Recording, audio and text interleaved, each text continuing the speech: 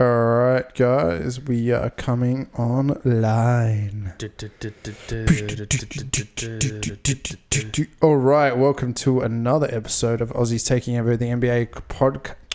Aussies Taking Over the NBA. Sorry, it's been a long day. It's been a long podcast series. Long playoffs. It has been. Not quite finished round one yet. A few games wrapped up. We've got two more series still undecided. That's the Warriors, Clips, and the Nuggets and Denver, which will go to Game 7. But as we're talking, we'll have to say goodbye to Detroit, Brooklyn, Orlando. Yep. All the trash teams, pretty much. Jazz. Oh, the Jazz. Oh, they were terrible. Disappointing. Very disappointing. Very disappointing. With a bad Harden. Harden had a terrible series. Yeah, those three games. Should have absolutely wiped the floor with Houston. But yeah, we'll go through that a little bit further on into the pod. Of course, you can like us on Facebook. We're on Facebook right now. Down here, wherever it is. Aussies Taking Over the NBA on SoundCloud, on Podcast Addict, or on iTunes, wherever you get your podcasts from. We'll be there. And if we're not, send us a Facebook message and we'll try and put it there for you all. Anything else we've got coming out over the next we just did the Dallas rap. Obviously broke off. We did the Cavs rap with Delhi and Dang Adele. We'll probably bring you a Pistons rap. Yeah, Thon Maker, and then the Jazz. And then the Jazz rap, which would be a lengthy one, I think. A lot of stuff to talk about with the Jazz. Where do they go from here, really? That was really disappointing. It's kind of a shame that they did play the Jazz, that they did play the Rockets. It was kind of a very coming to a head series, but far too early. Like, it went off too early, in my opinion. But it would have been a good series against OKC, but not to be, obviously, with the scrambling. Rematch would have been good. Yeah, but we'll go through that a little bit. We're going to start here with the Bucks and the Pistons. I mean, a 4-0 sweep. It was kind of pretty likely. It was always going to happen. I think the 4-zip. The Pistons really just... I think, to be honest with you, Charlotte would have put up more of a fight. More of that superstar point guard, a couple of young guys, Jeremy Lamb playing well. They just couldn't kind of get the regular season stuff working. And like a bunch of those teams, like Miami was another one. They kind of all finished in the same, they don't deserve to be here type scenario. I think with the season that Blake Griffin had in terms of his raw numbers and his output, he was probably the most deserving over maybe a Kemba Walker or something like that, or Dragic and Whiteside. Yeah.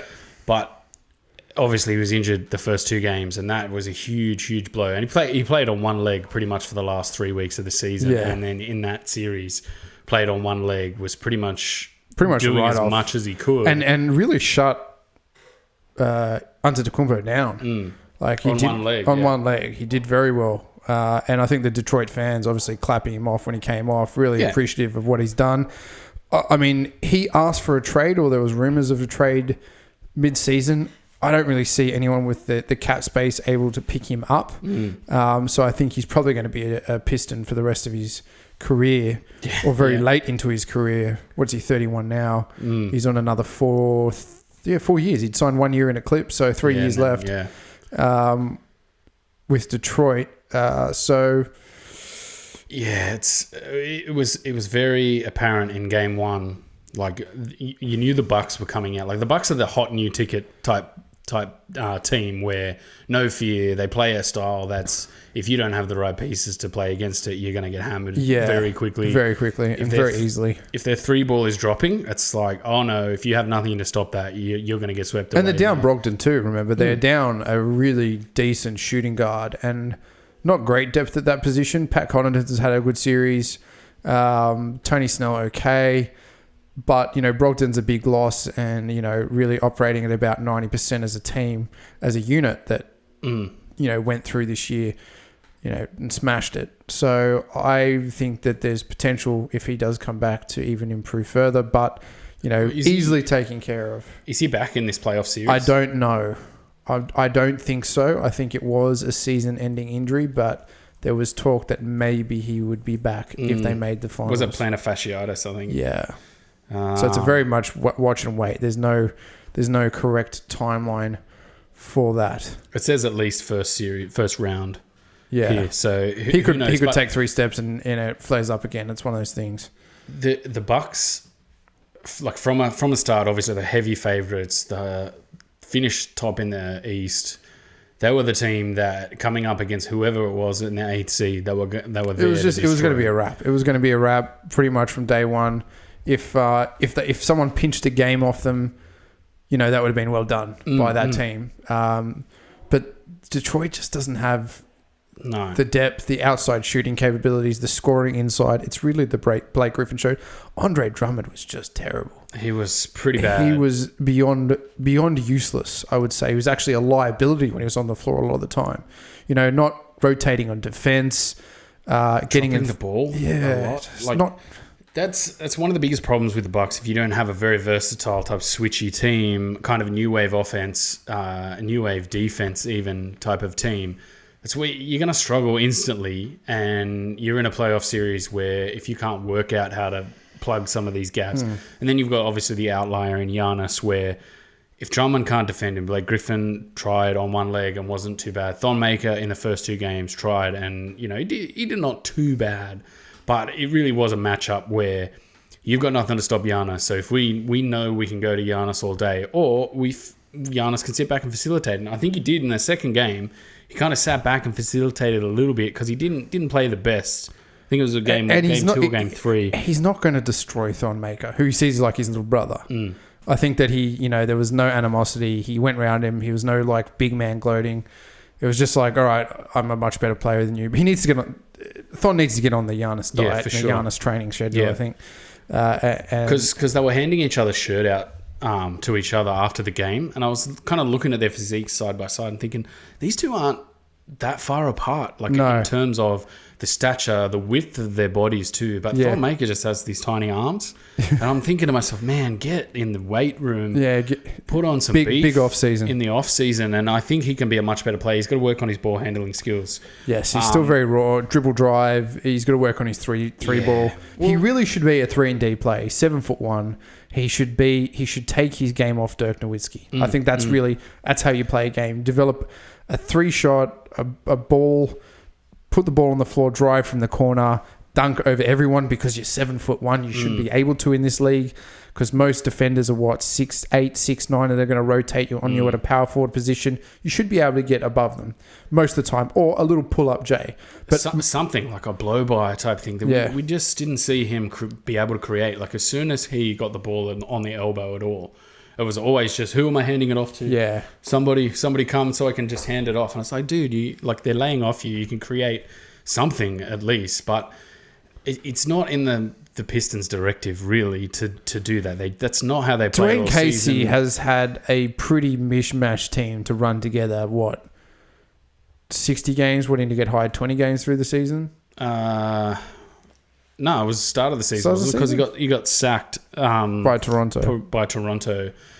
But the pieces they had there, like there wasn't 2 or 3 pieces in that team where you could go, right, here we go. Here's a core of something that we can actually play a style that meets expectations in the league. It was always just Blake Griffin ISO on one side, he'll take over the game. And then if Drummond's appearing anywhere on the weak side, just toss it up to him. Yeah. And then... But apart from that, he was unplayable in most of this series with Giannis on the floor. Yeah. Lopez was bringing him out and just shooting threes for days. Thon Maker tried his hardest to defend Giannis, and you're going to look at that and just go, "What else can you do but try?" But then once he comes into the team, there's no, all right, we can do this for Thon Maker. We can do this, and this. Let's run that. Because he's a guy that just facilitates. He's a low maintenance guy who isn't just, give me the ball, I need to do this. And Drummond, on the other hand, is a guy that's, give me the ball, I need to do this. Because in the first game, Kennard hit 3 threes and then a pull-up J in the lane. And then suddenly Drummond's going, give me the ball. And I'm going, no. Set screens for Kennard. Like, he's just hit 3 shots in a row. What are you doing? Like, stop demanding the ball. Yeah, I think Drummond's very much of the opinion that he's better than what he is, or that his usefulness in the league is higher than what it is. He's a DeAndre Jordan style center. Yeah. He's pretty much useless in the modern age. He's got no elbow game. These guys are not being drafted anymore. You don't see the dominant big who cannot put up an elbow anymore. Oh, that's your first one ever. Oh, first mic drop. Drop the mic and leave. I'm on you're still behind me by about 50 with my Krabby stand. Exactly. And then if that's such a crucial piece of your offense and defense, how do you you can't build any wrinkles into that because it's nothing to begin with. It's fairy floss, and then once you it pops in your mouth, and then you're like, oh, but there's nothing else really there. And he's dropping the balls in the lane, and Kennard I thought played quite well and very underappreciated piece of their offense. Not starting, good ball handling skills. Yeah, can handle the ball and looked like he's 3 years away. He's a couple of years away. If you Blake's probably getting to the point in his career where he's probably on a downward spiral. Had a great year this year, probably a career year from terms of stats. In a shitty team in a lower division, not playing in the West, playing in the East, lower conference, he's going to put up some more stats. But he had a 50-point game against Philly, which he was dropping outside shots. His 3 balls gotten better. Still very much that ISO back down scorer, but he's off the dribble, he had a few moves in this series where he's like, oof, that's deadly, that's dangerous. But then you got a guy like Drummond that just clogs up the lane, and then you're kicking out. I think Ish Smith had a good game in one of the not Ish Smith, was it Reggie Jackson had one good game in this series, and then you're like in 9 of 22 and 26 points, and then you're like, you can't build an offense with 5 different individual guys. Well, again, it's just like you've got Thon. Thon is a kick out or a trail 3 guy. He has to be. He's a 3-and-D kind of power forward. None of the guys can hit a 3 ball. So you've got this team of essentially paint players and people that like working in the 15-foot area. That's not useful when you've got a back down guy like Blake Griffin who likes to use a lot of the strong side space. And then a weak side dunker in Drummond. You need guys. You need to kick to shooters. I think Ellington was a good pickup this year from Miami. But again, not a high volume shooter. He's not going to be able to drop 15 or 20 a night. Probably an 8 to 12 point guy. That's not what you need to build this team around. So my advice is get a decent point guard, pick up 1 or 2 more shooters, potentially in the draft, do your draft pick well, and pick up a shooter and a decent point guard, because there's going to be an overabundance of point guards in the next draft. So Kennard ended up, what did he shoot? 48% from the field and then 60% from 3 in this series. Ended up playing the most minutes, 33.2 minutes a game, 15 points a game. At 22, it's still a guy that's... It's like they've just uprooted something from nowhere. Oh, Kennard, sweet. It's not like, got to watch out for Kennard in this series, guys. Get the profile, get the scouts out and look out for Kennard. He just kind of appeared in this series and was suddenly their best scorer. And you're looking at that, or third best scorer, Blake Griffin on one leg, and then Reggie Jackson. And then, it's still 2 or 3 years away. And then you look at the Pistons style, they don't play a style that gets the best out of these shooters like that. And it was just a mess. Should we talk about the Bucks real quick? Yes. Odds on to kind of make it to the finals, you reckon, from here after that? I think the Celtics series goes to 6 games. I think it'll be a really good series. I think Gordon Hayward's come back stronger. And I really look forward to watching that series. But they're going to the Eastern Conference Finals. And for me, it's really a coin toss between Philly and the Raptors on who meets them there. From my mind, they're probably going to go to I'd say they're going to the NBA Finals. The Bucks. I just think they're just been too dominant. They're really dominant in this series. They've dropped 1 game against Philly. They've dropped 1 game against the Raptors. Strong full team. So those series are going to be great. But they've just wiped the floor with the Celtics every time. I think there's still... I'm always skeptical of the first time team. Last year was... without Coach Bud, last year was kind of just a waste. It was a mess. We watched that series and just went, this Bucks team could either go either way, depending on what coach they get. They ended up getting Bud, 60-win season, one of the best seasons we've seen in the last 5 years from a team in the East. Better than the Cavs, in my opinion. A better score. They've got a better scorer. it'll be about when they tighten up because shit's on the line. Yep. Do they have that? We're going to get over this and we're going to break through that, which is probably the best position for an up-and-coming team to be in. Like the final hurdle is the one where you're being stared down and you've got to break that hurdle. So they're almost there. They've just got to do it. And coming up against Boston, like if they had another easy team in the East, I'd go, yep, sweet. They're in the conference finals. But Boston could be that team. Boston's the unknown, though. I mean, yeah, you just don't know. And they've got a veteran presence. They've got a decent coaching structure. They've got some Chubb guys that might do something against Giannis. And then obviously, touch wood, we just hope Giannis stays healthy, because if he goes down, that's a huge blow to the way they play. But man, they're so scary, that team. Like, it's crazy. I think they're going to give, if they make it to the finals, they're going to give whoever comes out of the West a run for their money. It's a good time to segue, obviously, onto the Pacers and Celtics. Yes. This was this was always going to be a tedious series. Bad series. We know that the Pacers didn't really have a scorer. No, after Oladipo went down. They've kind of got the makings of three directions. Like Bogdanovic, good direction to go as your main scorer, but can't create off the dribble. And then, Turner's playing good defense, and Turner can, finish at the rim. Then Sabonis, who's like, he can kind of do a few things and score the basketball a little bit, but it's not something they're about 2 years away from being, right, we know what they're going to be. Even from my mind, they're not strong enough really to ever challenge for the East, I think. But again, it's Oladipo going down was pretty much just canon their entire season. Yeah, pretty much. It's a hard thing to look at and say that the Celtics, wow, they were fantastic in this series. Like they had some hiccups in that first game. It was a very low scoring game. 84-74. Both teams just turned up the defense and at the same time couldn't get anything going against each other. Like the Pacers, I think, had one of the better defenses in the league this season. A lot of steals, a lot of hands in the lane. And then they've obviously got the biggest outlier in the series in Kyrie Irving, where Uncle Drew get us some buckets at the end of the games. Yeah. And this is where, like during the regular season, him going Uncle Drew kind of felt like, come on, man, we don't need that. We don't need this. It's not. But in the playoffs, this is where everyone goes, okay, we need this. Our playoffs are on the line. This is the time for it. Tatum, for my mind, has been underperforming throughout the season, but now in the playoffs, he's averaging 19 points a game. It will be different against the Bucks. Yeah, for sure. It will be very different. It'll be a very tough series because the Bucks are a great defensive team as well. They don't really have an answer for Brook Lopez. That's my mind, the dark horse. If he gets going, they don't have an answer for him. It's Horford, really, and then Baines, Smart, maybe. Baines is not Smart. Morris, Marcus misdiagnosis. It's another outlier too, where he seems to just pick up the ball and shoot. Yeah, and it's not like you're like, oh, he's I can't set anything up for that. He just picked the ball up from 4 feet, or like 4 feet off the ground, and just went and shot a three. And you're just like, you can't defend that.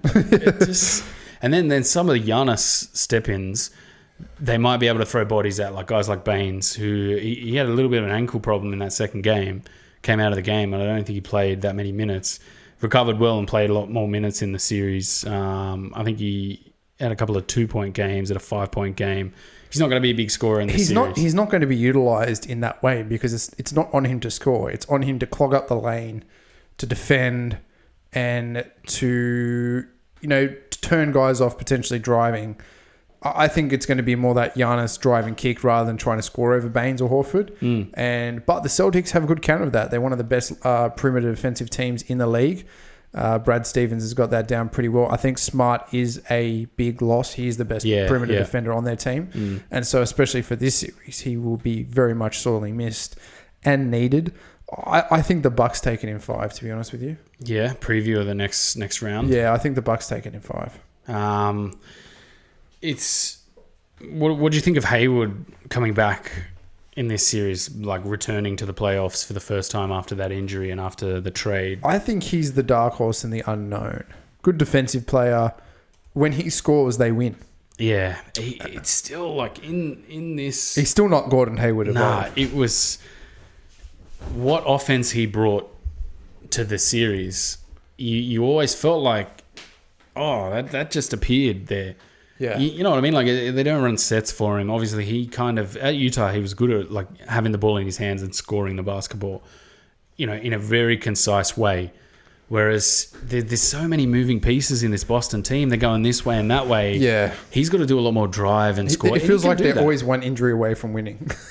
Yeah, it's hard. Like, I don't know. Against a Bucks team, I'm not sure how he can really do much as a set creator. Like, he's going to have to appear in between the lines. That's where Kyrie does his best work. Jaylen Brown has been doing a lot more good work like that.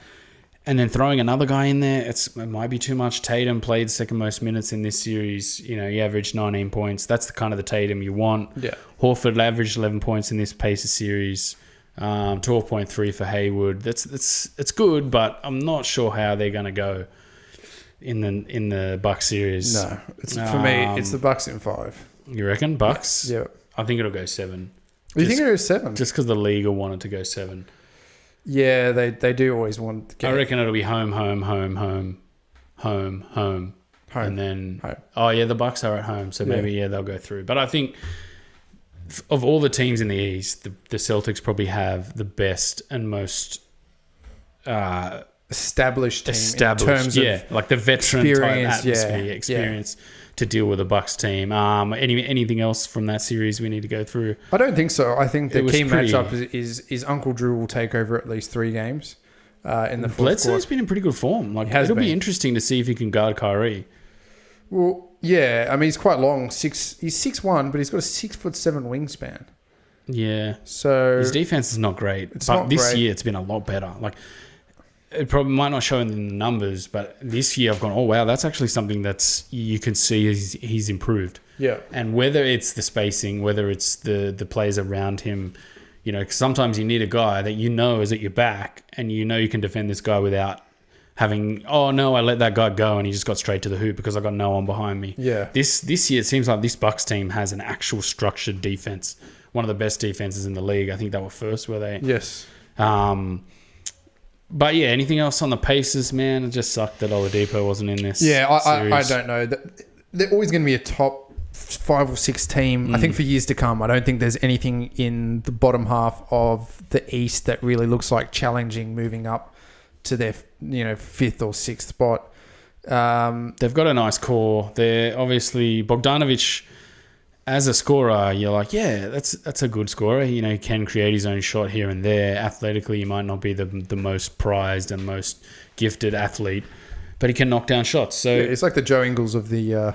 And then Wesley Matthews was hitting some threes, and, you know, it's still lacking 1 or 2. Like, if Oladipo... They need a point guard. They need a score... They haven't got Collison's... It'd probably be Oladipo, like, handling a lot of the ball if he was healthy, but...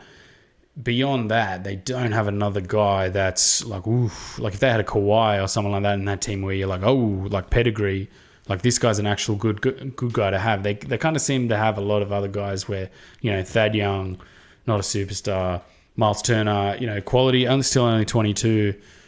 And Sabonis was pretty good. He's only 22 as well. I didn't realize. Yeah, he's young. Sabonis. He's going to be good. Yeah. So I think, you know, over the next few years, this Pacers team can get a lot better. Should we move on to the next series? Yes. Which one do you want to go with? We move on to, I think we can talk about the Warriors, Clippers, and... they're definitely wanting... You can tell that they're wanting this series to go to at least 6 games, if not 7. It's a huge outlier, though. Like, yeah. It's some bad calls in the series as a whole. Both sides. Series. I mean... We start with the first game was a pretty routine win for the Warriors. Yeah. And then the second game, the crazy comeback for a 31-point comeback. It's like... It was the Lou Williams show, though. And he played really well. And Harrell as well. But the game slowed down. Like, that game went for over 3 hours. Yeah. And you're like, it's a 48-minute game. Why is there 90 fouls in a game? Like, stop blowing the whistle so much. And then in the third game, it was the same. Like, the third quarter went for nearly an hour, and you're just like, "Fuck!" It's hard to watch, man. It's hard to just can we stop blowing the whistle so much? I think the Clippers have an obvious just how aggressive can we be? oh, we're getting away with heaps of aggression. Sweet. Like I said to you, like, I got a good strategy for taking out Curry. You just mug the fuck out of him the entire time. We're getting away with it. That's sweet. That's even better. And then he's copped some pretty bad foul calls. That ankle tap was just horrendous. That was at the end of the season, but that's not in the series. But that's the kind of calls that are getting away with. They did not call Curry. And any other team, like if you were going to look at the Spurs aren't a team where you're just like, you know what, they were getting away with some shit and they ramped it up and they got away with a lot and they won the game. Like the Spurs, you're like, they don't do that. They play basketball, they get in the space. They will beat you because we're playing. The Clippers, from a base, already had the goon there lined up. Like, we'll goon you. We're going to goon you. And then the refs are like, hard playoff basketball, man. We're letting them goon you. That's good. And then it's like, Lou Williams, foul. And you're like, whoa, I wasn't even standing anywhere near. I coughed over here and you're giving him 2 free throws. Like, on the other He's end, almost as good as James Harden at getting a free throw. I don't know how he does it, man. It's insane. And that's where, like, there's an outlier. We'll go on about the Jazz Rockets. With the Harden's the same. Like, there's an outlier where it's hard playoff basketball, Andy. Like, it's hard. And you're like, yeah, but why are you giving Lou Williams, like, 9 free throws a night and for nothing? Like, garbage. Like, if it's hard basketball, let it be hard basketball. And then I have a theory, and I'm going to share this theory. The no LeBron factor, the ratings are down 34% from last year. Yes. Oof. So in order to, and we know that in the East there's going to be a lot of sweeps. There's not going to be a lot. It's not a huge TV viewing audience. The TV viewing audience is in the West, except the New York markets, but they're not really in. Brooklyn probably won, and that's been obviously why they wanted Brooklyn to get through. But you need series to go to 7 games to make up the numbers. And the Warriors is going to be the biggest international presence where a lot of people internationally watch the game. And so you need those audiences locally and internationally. And that's why they're pushing that series. And any series the Warriors are in will go to 6 or 7 games. You reckon? Yes. I think it's terrible. It's like they're the Dark Knight. They're the team that, you know, can go to 7 games, and they're the team that can deserve to go to 7 games because they've got the least to lose. Because nobody really likes them. Like everyone seems to just not like the Warriors at all, which is understandable. They're a dynastic team. They're trying to three-peat. It's the other part of that is the Clippers are just a natural goon team. Like they are. Like a lot of that game 2 and the game 3 was just a lot of goon that they got away with. And you like, do we need like this? You know, we don't need this shit really in the game. If you're a neutral, obviously we got blood in the game with Bogut. If you're a neutral, you're just like, fuck, can we just play the game? Like we don't need this shit. Which I don't think also is conducive to the Warriors. The Warriors are a very emotionally connected team. Obviously, Boogie went down in that first game. Or was it the second game? I think it was the second game. Second game, yeah. That they came back. Like, emotional things that happen to this team really seem to affect it in a basketball playing manner. Like, Steph will go cold if shit's happening. Like, he's getting mugged a lot on screens. And then, you know, it takes it out of him. And he's a guy that's not a forceful guy. So Patrick Beverley, it's not going to take it out of him because he's a guy that's just a junkyard guy. Like, I'll play like that all the time. I don't care. It's a bit of a trash dog. And it's a bad matchup. Like if you're going to let the Clippers just mug these guys, then they're a bad matchup because they're a purist style team. They're not a team where it's like we'll match that junkyard mentality. You know what I mean? Bogut, what's your thoughts on Bogut so far in this? For what he's, you know, where he's come from, for the year he's had off the NBA, he's not bad. Nah, he's just not. It's big enough. Good, like man. Montrezl Harrell has his way. Yeah. And Montrezl Harrell is a good big who's going to dominate most guys, or try at least. Look, smart in terms of setting up play, smart in terms of running good pick and roll, good screens, rebounding okay. Look, you're getting 20 minutes out of him a night, which is probably what you want. You don't want it all on Looney. You really have to kind of play both sides now because you're down a big for the rest of the year. You go down one more and And Bogut's likely to go down. He's not young. No, man, touch wood. That's what I'm worried about. Is I don't want him to go down for the NBL because he's a big part of this franchise, the Sydney Kings franchise. we want him back healthy. But at the same time, like I said it a few weeks ago, like I think he looks great. And you look at him and go, oof, Bogut. Like, he looks really good. But then you watch him play and you're just like, he's a bit slow and the reflexes aren't quite there. He can still pass the ball quite well. Block timing's out for the NBA. For NBL, it's a bit easier, but... And he has had a couple of blocks in this series. 3, that's not good. Like, Durant's had 6 blocks. Draymond Green, obviously 7. You know, you'd want that guy up there. But I think, like, Harrell's too powerful, really, if he's coming downhill. And then Zubac hasn't really played that much in this series either. If you look at their minutes, I'm just looking at them here. The only other center, like I think they've played a lot of sort of Gallinari. Obviously, is a mobile guy that's going to run him around, and that's a big problem for Bogut. It's just not a good matchup for him. I think if Boogie didn't go down, you would have had him playing 30 a night, and then Bogut just playing 6 minutes a night, and that would have been fine. Yeah. It was great to see him go, you're stepping up, you're the starting big. But I just think Kevon Looney's played a lot better. And Kevon Looney, despite not being able to block shots, he's a lot better downhill defender. Like, Bogut's just not good. He's fouling a lot downhill. Fouled out in game 4, where he arguably had a really good game. It seems to be in these moments where you really let the shackles off the Warriors. Yeah. They play really well, and then someone fouls out or someone gets in foul trouble and someone does this. Like Kevin Durant gets ejected for some rubbish with Beverly. Like, it seems to be they can go, right, we're going to play hard D. And it's like, nah, the foul trouble. Steph's in foul trouble now. And you're just like, oh, my God. Can that was just weird. Let these guys play, for fuck's sakes.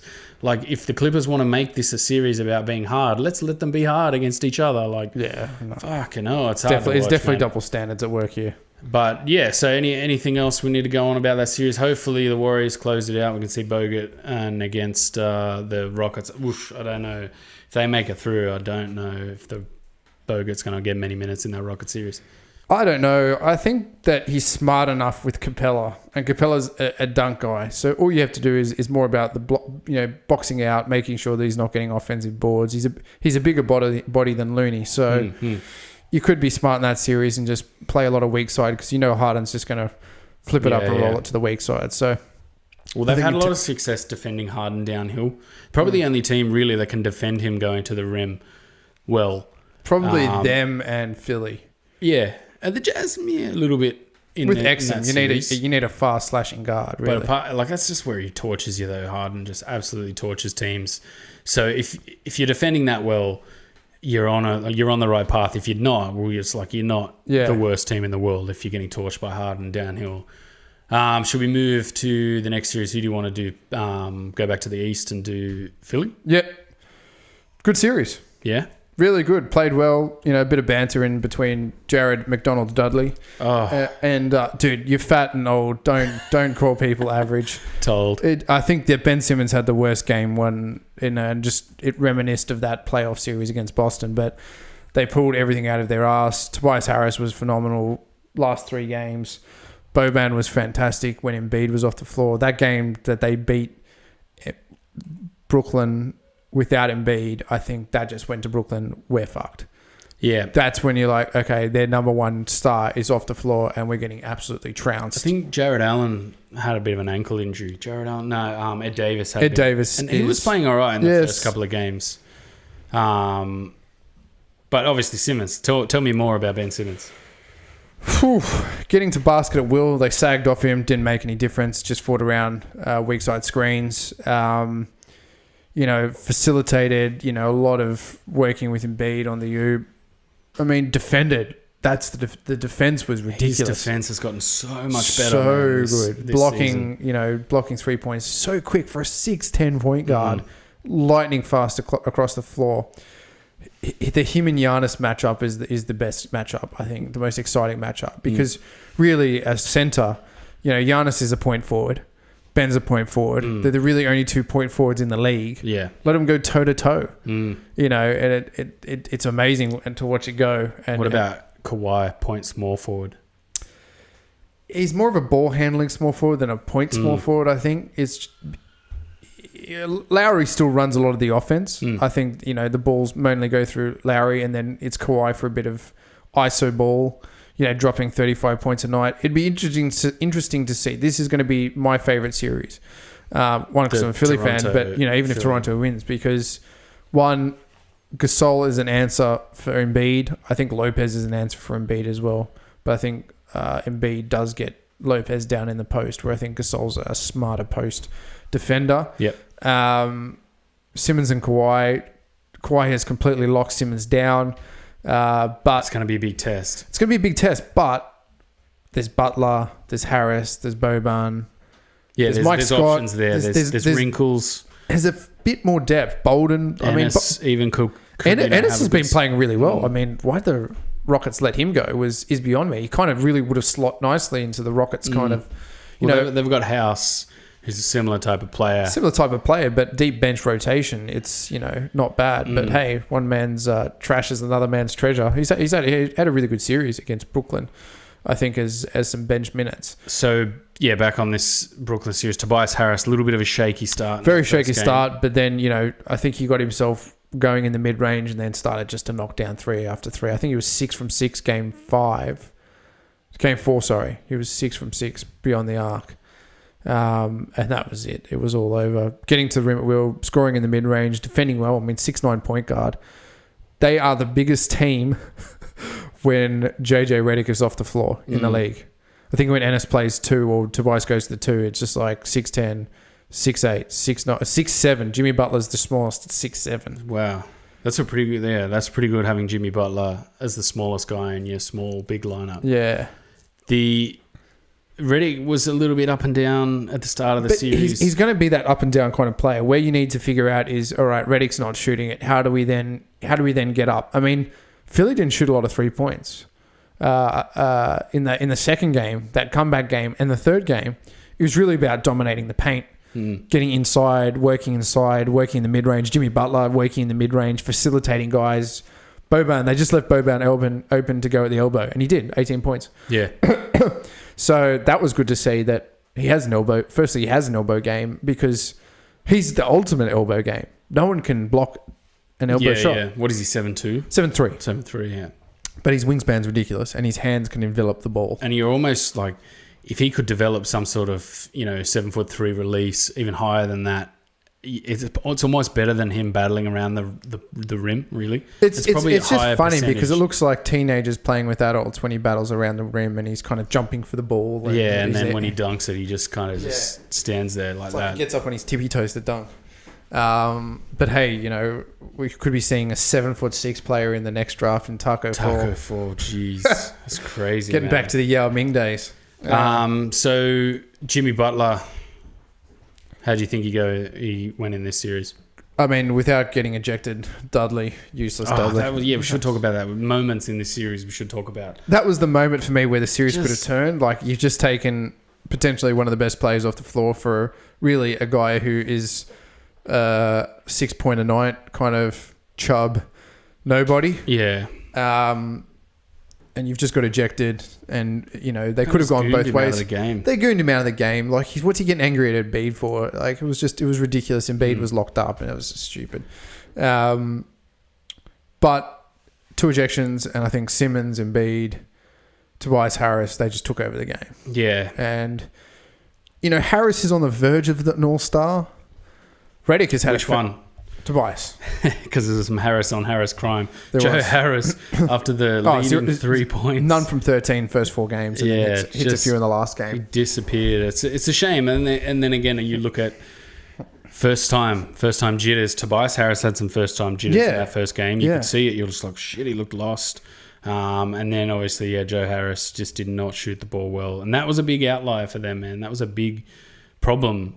Like, if Joe Harris is shooting the ball well, there's a problem for Philly to deal with. But if he's not shooting the ball well, it takes a lot off the table for Brooklyn. Puts a lot more on the shoulders of D'Angelo Russell. I think that there's a lot to like about this Brooklyn team. I don't personally think they're a year or two. I think they're 4 or 5 years away from anything. They still really need to draft. I mean, Jarrett Allen's a highlight reel, but he's not a great center. He's not a modern big. He's an old school DeAndre Jordan style big. They still need to draft that big. Karis LeVert was phenomenal in this series. So they've got the pieces there. 19% Joe Harris. And it's 4 of 21. You can't win a series if your best three-point shooter shoots 4 of 21. That's just horrible. And, their motto was to get out there and shoot like Houston. And it didn't work against a paint-dominated Philly, because it's a much higher percentage, even shooting well, points in the paint versus your three-point land. And you got to be on. You really have to be on for 7 games. So this is where finals basketball is different, and this is where Milwaukee could come undone. Is you have to be on for 7 games. If the 3-ball goes cold, If the 3-ball goes cold and you lose, they didn't have an out. Milwaukee has an out. It's Giannis. Brooklyn, you're right. It's Giannis in the lane, right? Brooklyn kind of had. We'll just try and fight and keep trying to fight. And Dinwiddie off the bench and LeVert, had some games where you're like, oof, this is a LeVert game. But ultimately, I think the cohesion of Philly, had a lot more than this Brooklyn team, who's still quite raw. And then should we talk about Bolden getting ejected with Kurucs? That was just silly. Yeah, Kurucs just kind of elbowing him. Grabbed him and then started talking smack to him, and then Bolden's not having any of it. I don't know why they got ejected for that. Because it's the finals and now it's just ejection city. I mean, if Embiid gets one more flagrant, he's out for a game. Because he's had flagrant one. Yeah, and then 7? I thought it was 7, didn't No, it's 2 now in the finals. I thought it was... No, you need to accumulate 7 technicals. Oh, flagrants. It's 16 in the year. Yeah. Before, I think it resets, in the finals. Yeah. Oh, because Kevin Durant already had 3, and then he had 1 rescinded for chatting, and it was like... The rest... Well, let's talk about the rest just quickly. Like, in all of these series, they've been pretty poor. Like, it's rough, man. And you don't know what's coming down from above, talking and telling them, all right, we want to see this out of this series, we want this series to go. There has to be... I'm not saying it's rigged. I'm saying there is an agenda. Yeah. The agenda is money, that they want to make as much money out of TV because sponsorships are like, hey, you're down 30%. What is this? We want a discount. Well, no, these players have got it paid. Teams have got to pay. So there's an agenda. We know that the Magic getting, gentleman's sweep 5-1, 4-1, whatever. Not big. They're not big television markets. Florida's not a big television market. Milwaukee's not a big television market. Detroit's not a big television market.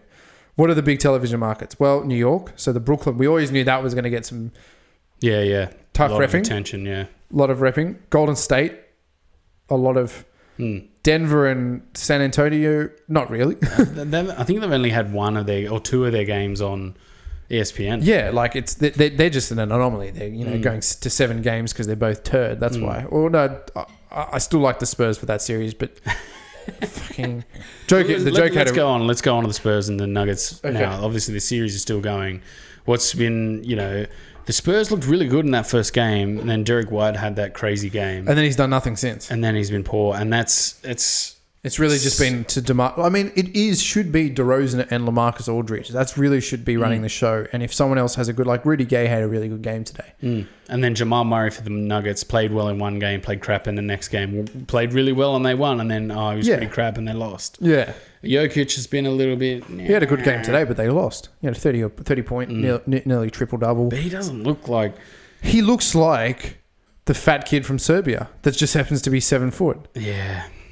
I mean, he does some freaky things, but go online and look up Nikola Jokic passport photo. Yeah, I've seen that.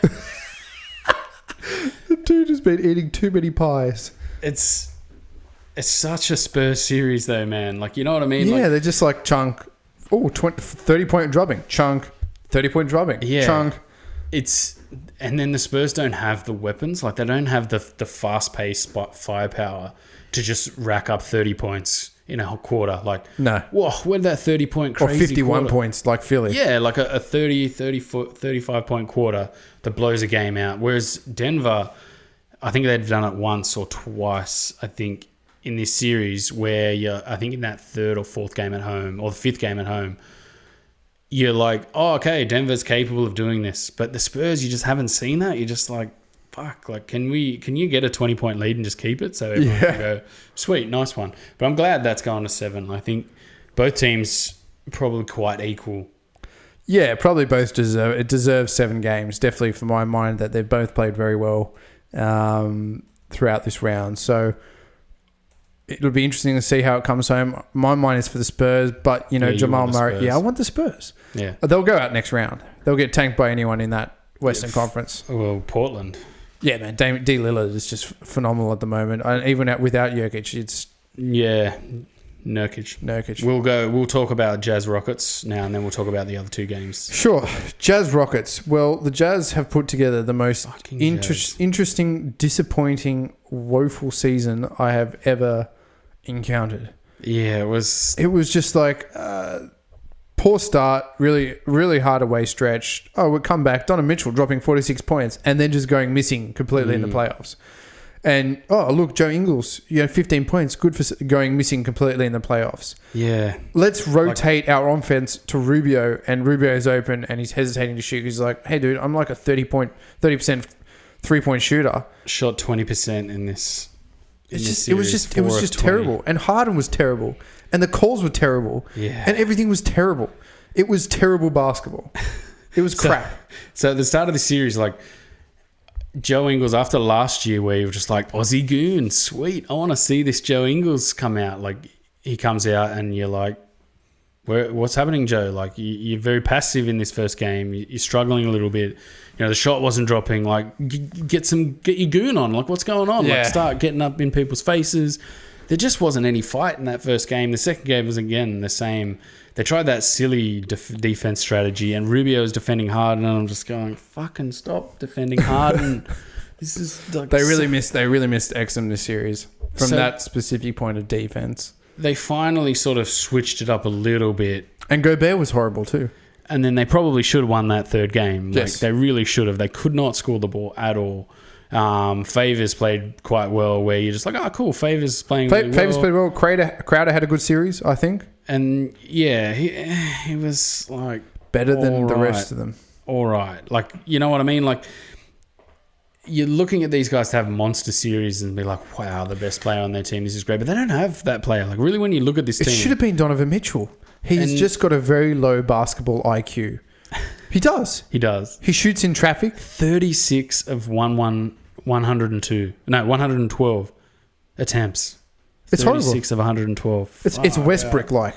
And the amount of times he'd just drive, and you'd just be like, sweet, Donovan Mitchell drive, kick to the wide open guy in the corner, and it's Rubio. He misses. You're like, fuck. Can't Donovan Mitchell drive and kick to Donovan Mitchell? Donovan Mitchell drives. Donovan Mitchell in the corner shoots. Yeah, nice. And then in that last game, he just melted down. It unraveled. Yeah. Joe Ingles looked like, oof, Joe Ingles has shot a couple of threes here at the start of this game. Nice. We're going to get a Joe Ingles game. Disappeared again. Disappointed, man. I'm just pretty annoyed because that was a winnable series for them. I think if they shoot the ball any better than they can shoot 26% from three as a team, they shot. That's terrible. That's horrendous, man. And horrendous. A lot of open, not like, oh, wow, heavily isolation team. No. They were getting a lot of good shots, man. A lot of open shots. You know what it says to me, though? It says that Houston will be easily beaten by a Golden State. It'll go to 7 for TV ratings. Houston, big market. Golden State, big market. It'll go to 7 games. But really, in the hearts and minds, it'll be a Golden State sweep. Well, the Warriors are going to get to the finals first. Oh, they'll beat the Clippers. Get to the semis. The other thing, too, is this team where, shortened rotation in the playoffs, suddenly you're finding, like, why is Niang out there? Like, what the hell? Yeah. Oh, look, Cephalosha's got a wide open shot. 1 of 8 for the series. Like, why are these guys taking shots? And Rubio taking 20 shots, 23s in a series. It's unnecessary, man. I was so disappointed in just the whole, like, not necessarily at them, just like, fuck, you got all this way. You made it all the way back from the depths of the season to come up against the Rockets, who probably played the worst I've seen the Rockets play in a while. Yeah. Some of it the Jazz's defense is doing. Some of it James Harden not playing well and the Rockets' own doing. They didn't shoot the 3 ball that well themselves. 36%'s not great for their standards. How many 3 points did they attempt? 211 on the series. It's a lot of threes, man. How many did they hit? 77 out of 211. So just over 34.5%, 35%. Yeah, so Tucker who, you're not... Harden was 0 of 15 in Game 4. 0 of 15, and they still lost. Win. And he ended up with like 26 points, shooting like 15 free throws. It was ridiculous. The PJ Tucker, the amount of times in the first 2 games where you're just like, Tucker in the corner, hits it. Fuck. Okay, next time down, don't fucking leave him in the corner. Next time down, Tucker's in the corner, hits it again. You're like, it's because Gobert's a liability. That he can't roll defensively and just essentially is a rim protector. So you're always going to have... It took him 3 games to go, oh shit, we can't have Rubio and Donovan Mitchell on one side because one of those 2 guys always leaves the corner wide open. And then a couple of the times they used it to their advantage where the guy rushes out to Tucker and Tucker just like put one dribble inside and Harden's right there.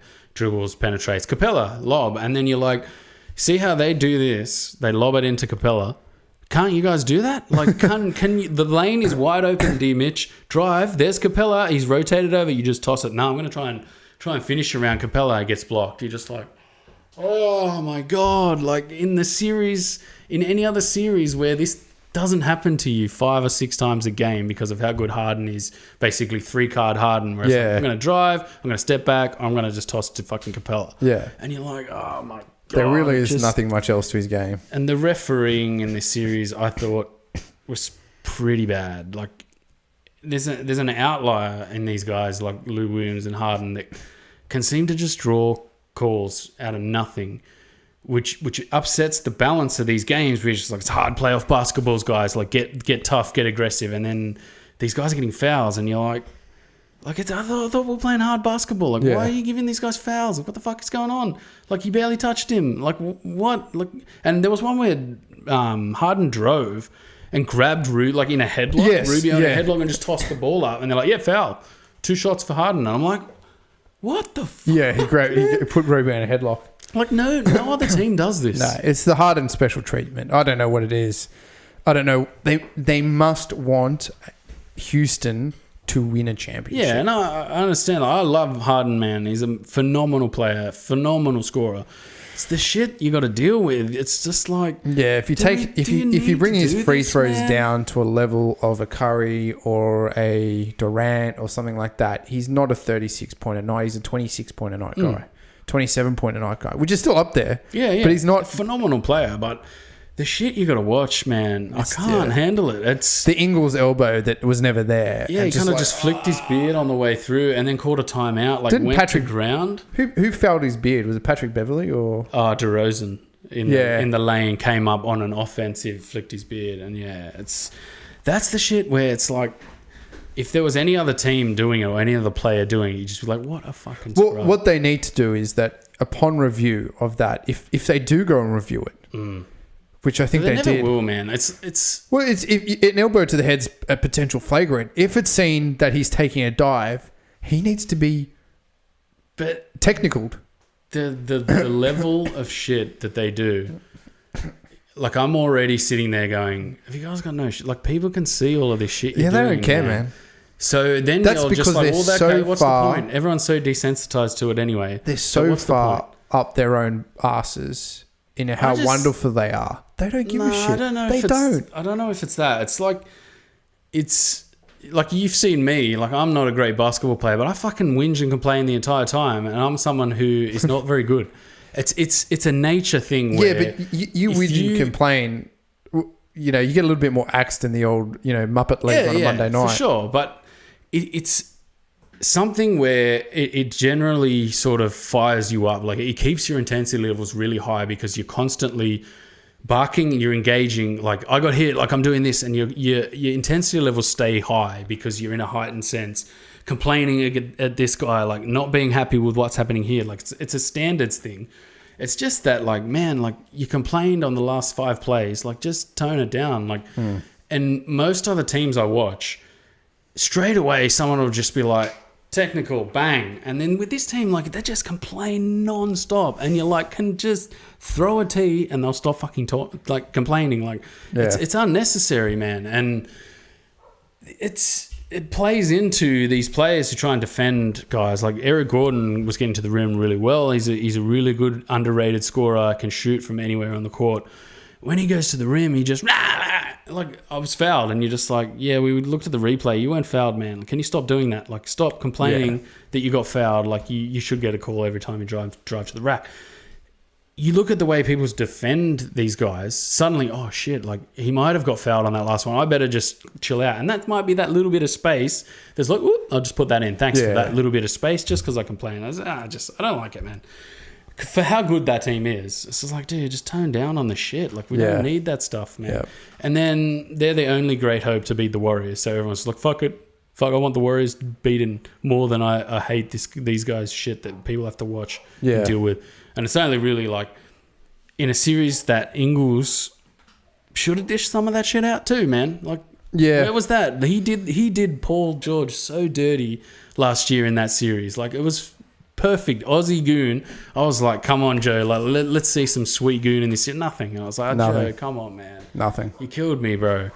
But yeah, that series, pretty routine. Was it 4-1 in the end? I thought the Jazz probably could have won Game 3 and then Game 4, and then in Game 5 they were pretty soundly beaten down the end of that stretch. They could not hit shots at all.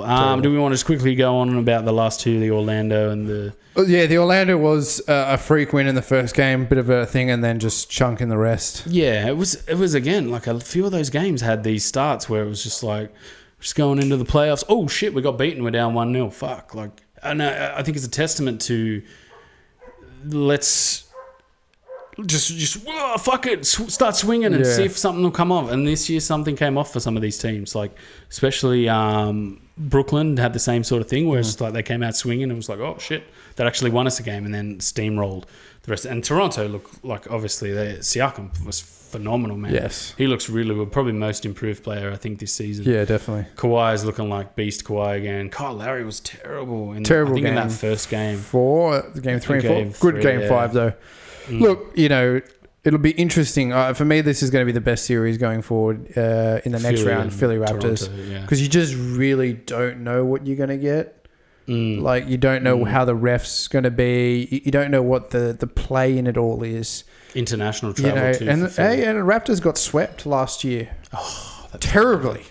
That was so dirty by the Cavs, man. So dirty. Oh, so gross. And then obviously we should finish by talking about obviously Dame Time.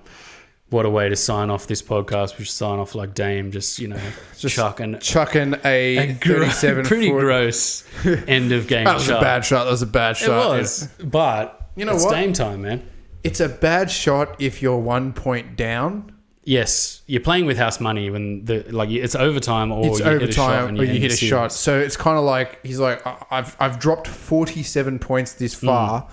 Have a fucking crack. If you're down a point, that's a bad shot. If you're level, it's a shot that we'll go to overtime. We'll have a crack at it there. You know what I mean? It was a very calculated move, and it paid off. Very smart. He had a phenomenal game, man. Phenomenal series. For a guy who it was very refreshing that Russell Westbrook talked so much shit in that series. Dame just went, that's great, mate. Sure, mate. I'll let the bang. Thank you. Take it easy. Like, that's the sort of shit I love, man. And let the playing do the talking. Let's talk about one finally. We can talk about how good Damian Lillard was. What does OKC do from here? You have Russell Westbrook, $170 million, 4 years left on his contract. You have Steven Adams, who was completely useless this series, have to say. Completely useless. And probably a very much player that is becoming less and less of a factor in this league. He's got another 2 years, $53 million left. You've got Paul George, obviously signed. You got Schroeder, who's not a bad player. He had a good series. And he was great in that game. Yeah, he was really good. But that's it. So you've got 3 guys on max deals with Schroeder on $12 million a season, I think. Where do you go from here? And then you got Westbrook, who's like a minus 50 chemistry bomb for everyone anyway. He's the kind of guy you send to the Suns and trade for Devin Booker. Would you trade Devin Booker for Russell Westbrook? Oh, I don't know.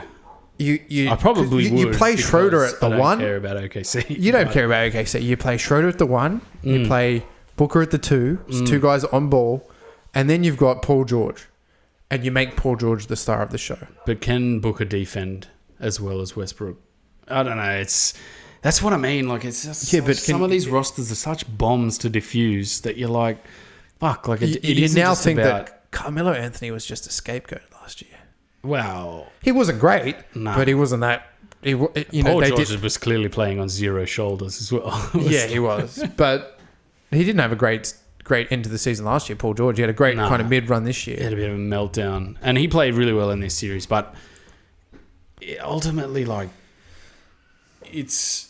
I was trying to say it in one of the last ones where Westbrook spends the entire season playing a certain way. Yeah. That once you get to the finals, you're like, bro, you have to play like this. And he's just like, oh, okay, I'll try.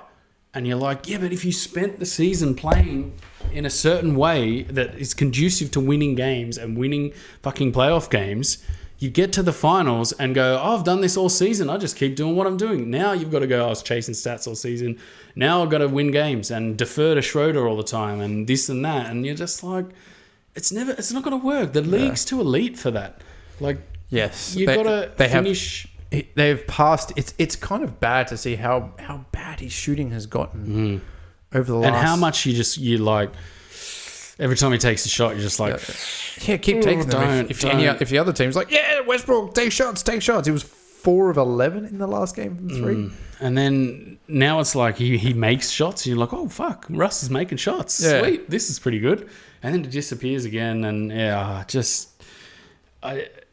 it's an attitude thing, man. I don't know. He's a weird dude. He's a weird dude. So volatile. Yeah, he's a very strange man. And then you look at Dame. I love Damian Lillard because it's like the Curry thing where doesn't talk shit and gets rewarded for how humble he is. He doesn't get that much rewards, and probably as much as Curry, but I love that, man. I love someone who's just like, I know I'm good. I go out, I perform, and sweet. I don't have to talk shit to get myself going, and that's where it just grates the wrong way for me, Westbrook. But yeah, good way to finish that.